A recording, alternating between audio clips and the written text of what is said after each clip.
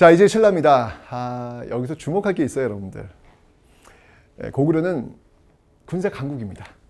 백제는 문화 강국입니다. 고구려, 백제, 신라 중에서 가장 후진적 나라 신라입니다. 그렇죠? 고대 국가의 기틀을 가장 늦게 잡은 나라도 신라, 4세기였죠.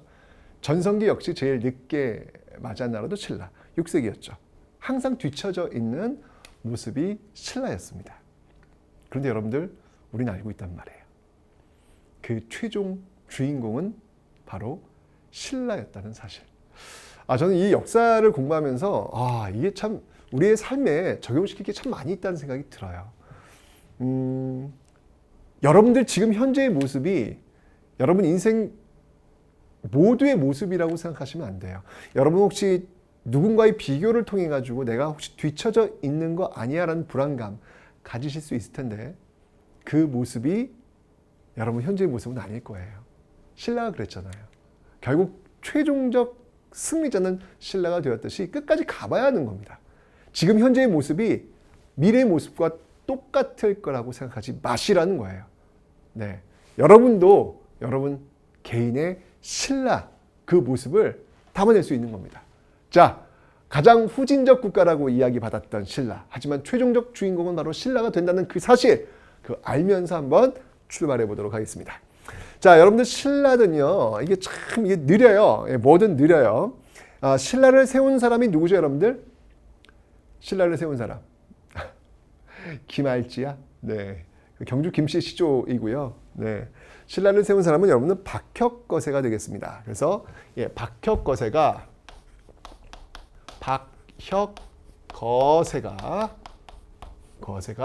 네, 바로 사로국, 이 사로국을 세우면서 신라의 역사를 열게 되는 것이죠. 이렇게 출발을 하게 됩니다. 그런데 여러분, 이때 이게 제대로 된 어떤 그 모습은 아니었어요. 제대로 된 모습은 아니었습니다. 그래서 이게 왕이 없어. 우리가 생각하는 어떤 고구려 백제의 어떤 그런 왕이 없어. 지금 고구려 백제는 지금 고대 국가의 기틀을 막 잡으려고 막 왕 중심에 막 움직이고 있는데, 여기는 왕도 없어.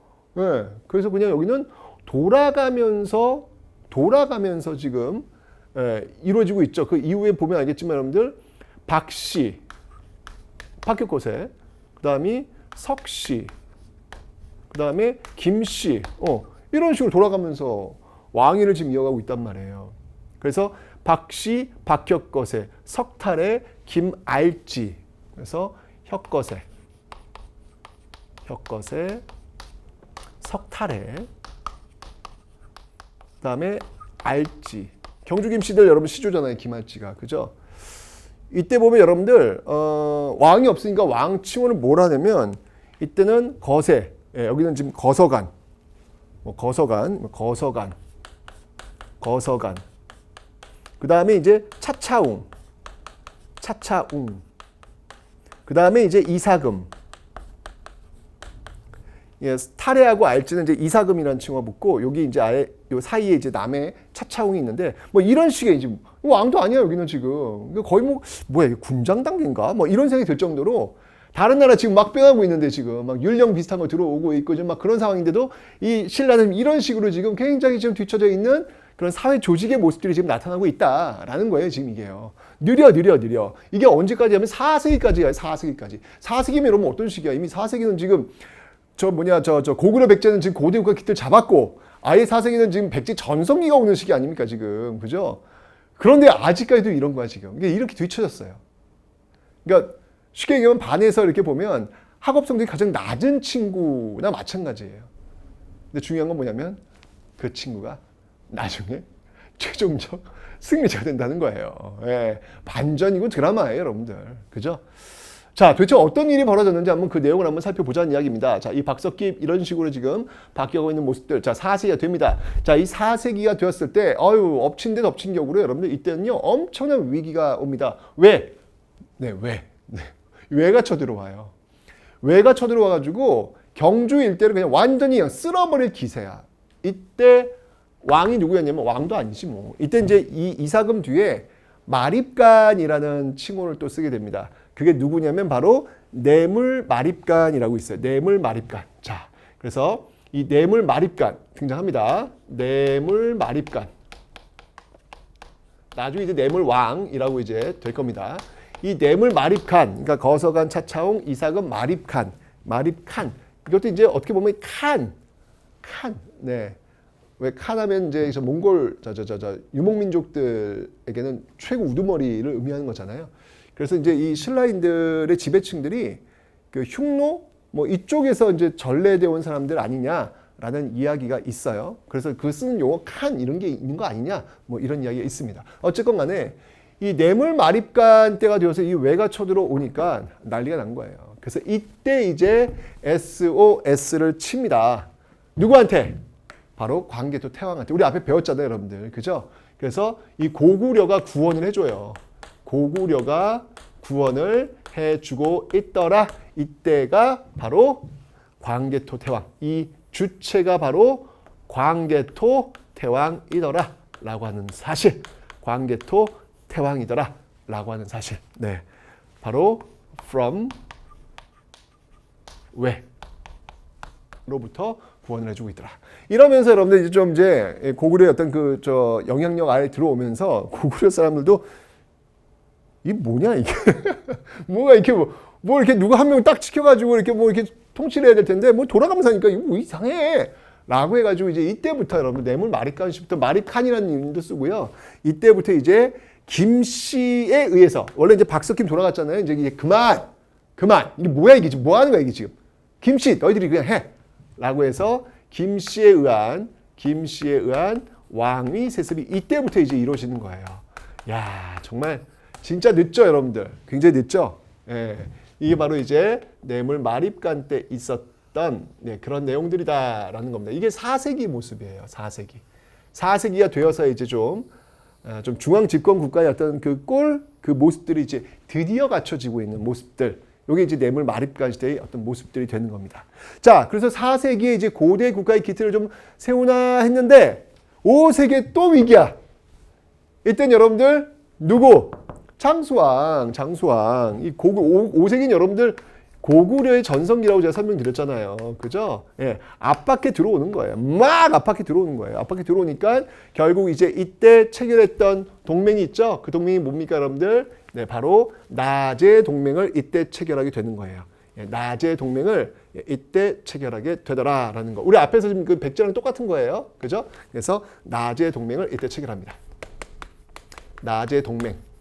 자, 이 나제 동맹을 체결했던 그 왕 누구라 그랬죠, 여러분들? 예, 바로 눌지소지라고 제가 설명을 드렸습니다. 그래서 또돈 이때 눌지왕 그리고 소지왕이 바로 이런 나제 동맹 체결했던 주체가 되고 있다라고 설명을 드렸습니다. 자, 이렇게 해서 지금 참 힘들어. 아주 참 굴곡이 많아 이 신라도 여러분들. 그죠?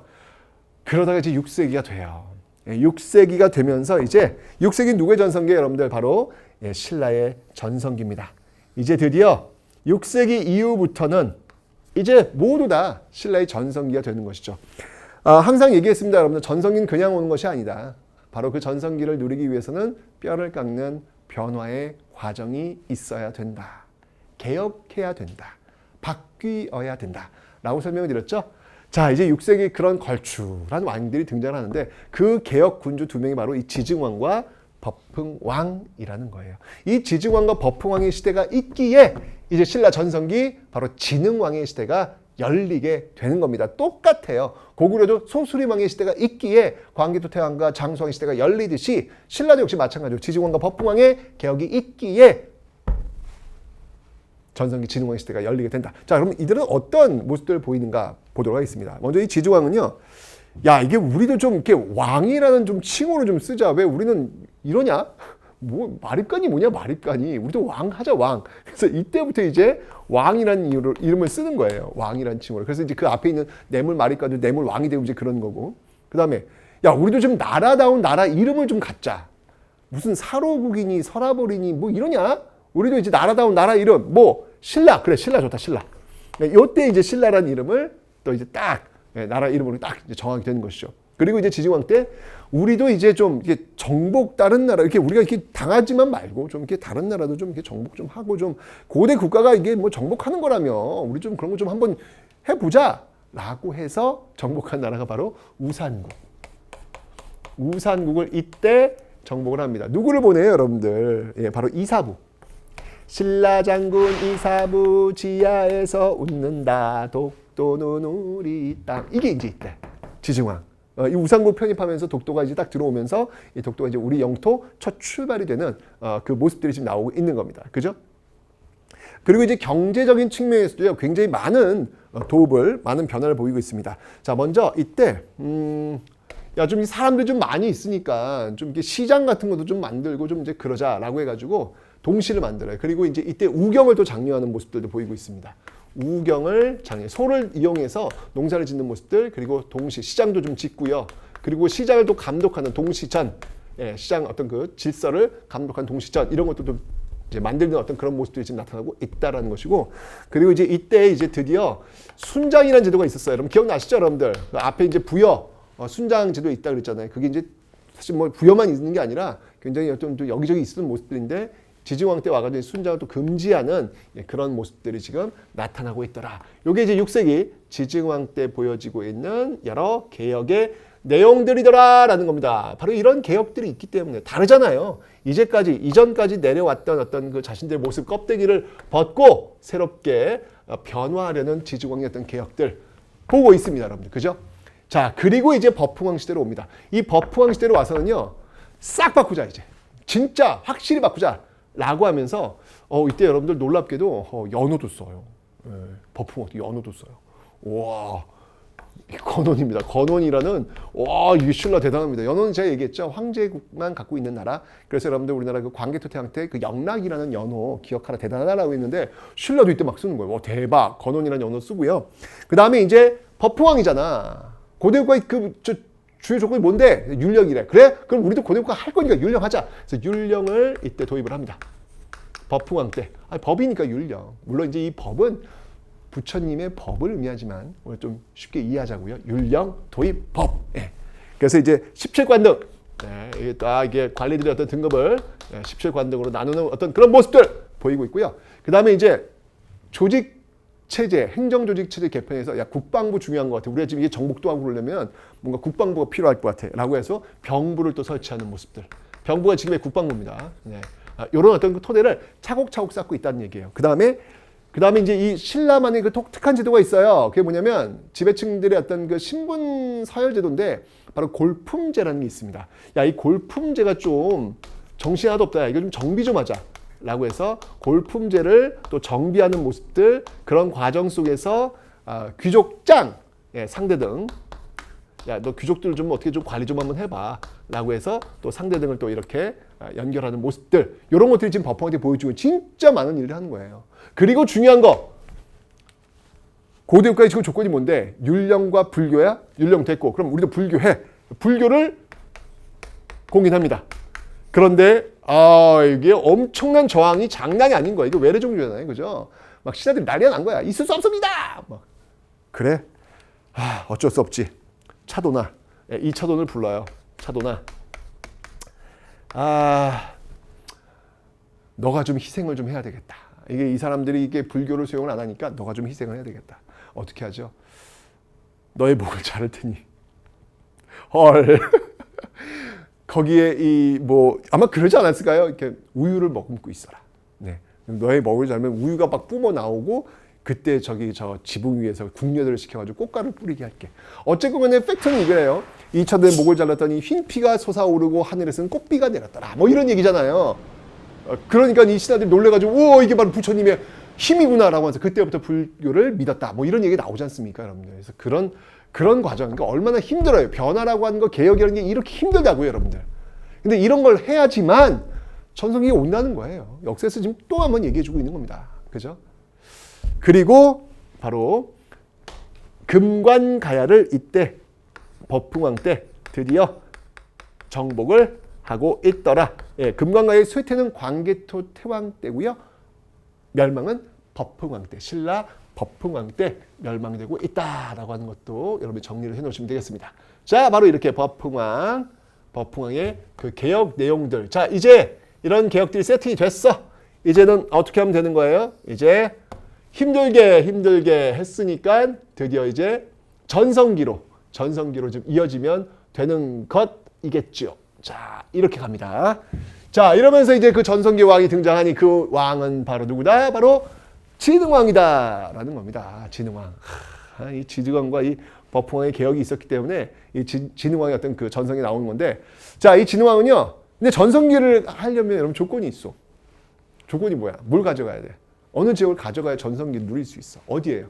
한강입니다. 한강. 한강을 장악해야 되거든요. 근데 한강은 지금 누구 땅이야? 고구려 갖고 있단 말이에요. 그죠?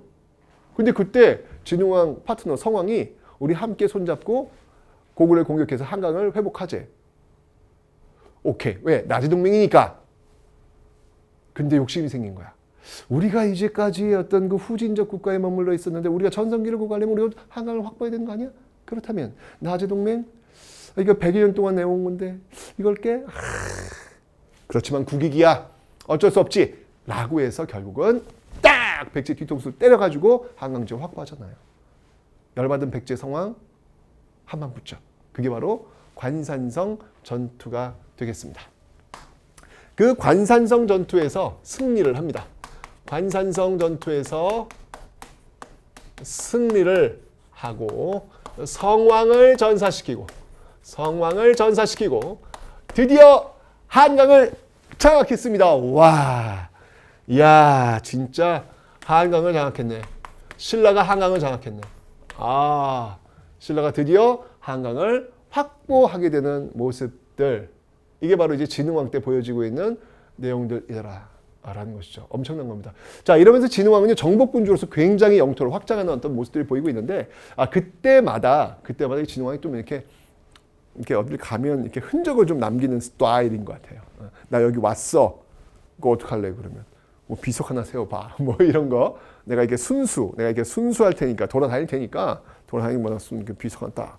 헤이, 비석. 뭐 이렇게 세웠던 것 같아요. 진흥왕 하면 순수비. 그죠? 그리고 어느 지역을 깨서 이겼을 때, 딱 물리쳤을 때 또 거기에 대한 승전 기념비, 이런 걸 적성비라고 하거든요. 이런 비석들을 많이 세워요.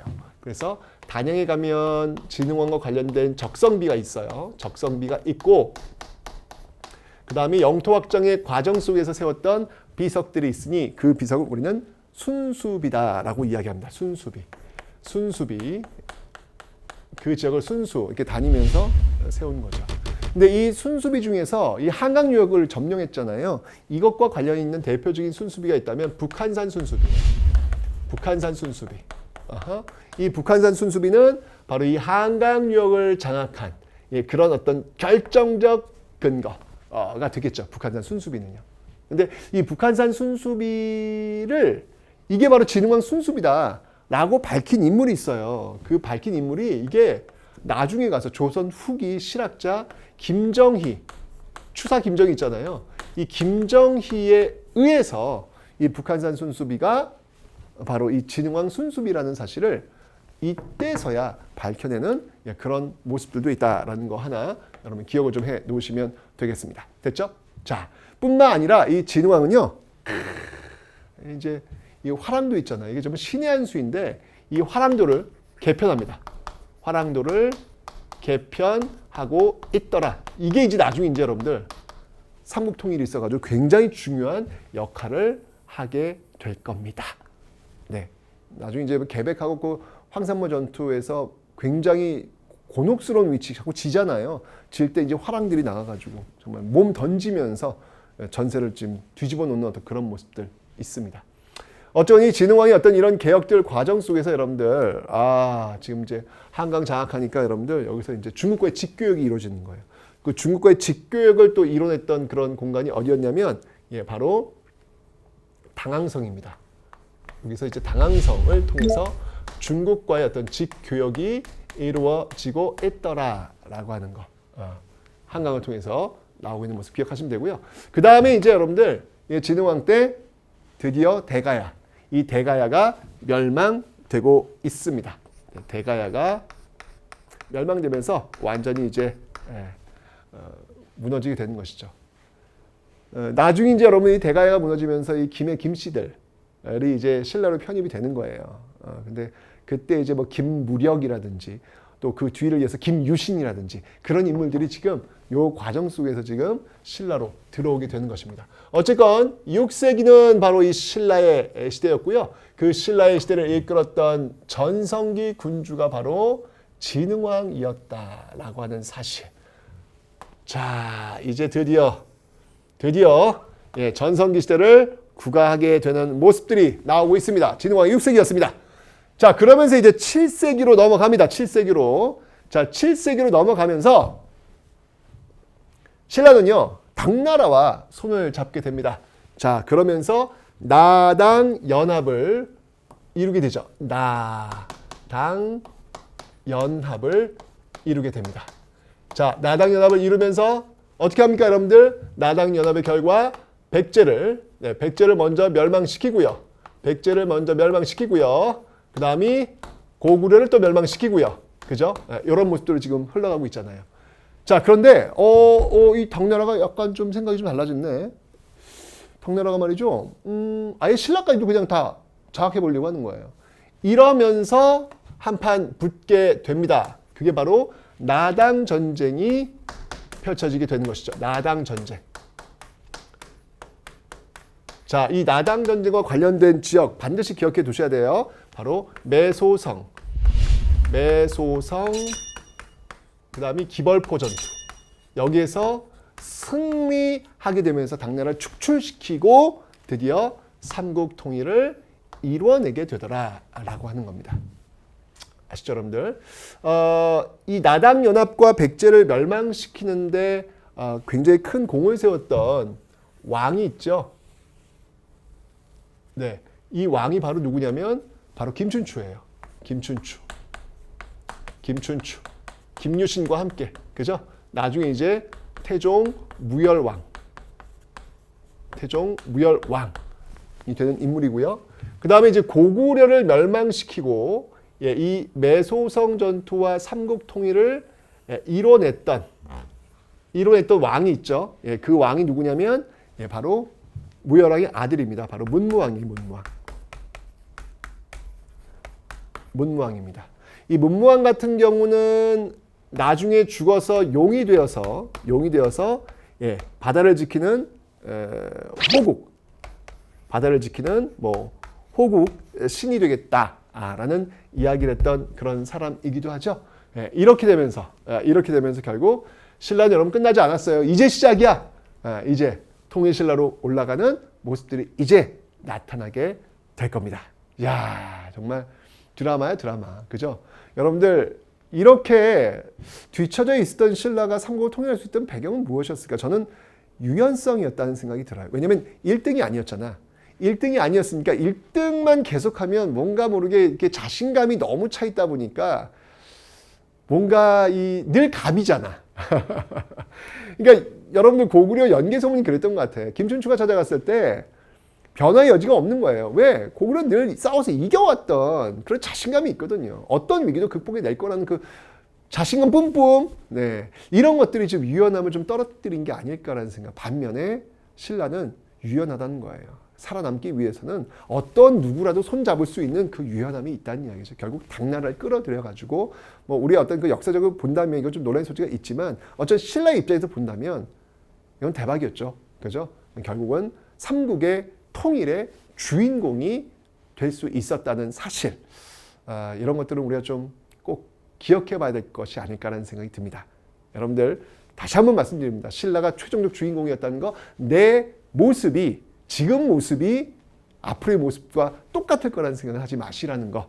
네, 좀 더 많은 꿈을 가지시고 여러분들이 이룰 수 있는 그 전성기를 위해서 끊임없는 변화와 개혁을 통해서 지금의 모습 훨씬 더 건강한 모습으로 성장할 수 있도록 한번 역사를 통해서 한번 여러분들이 배워보시기 바랍니다. 신라와 백제였습니다.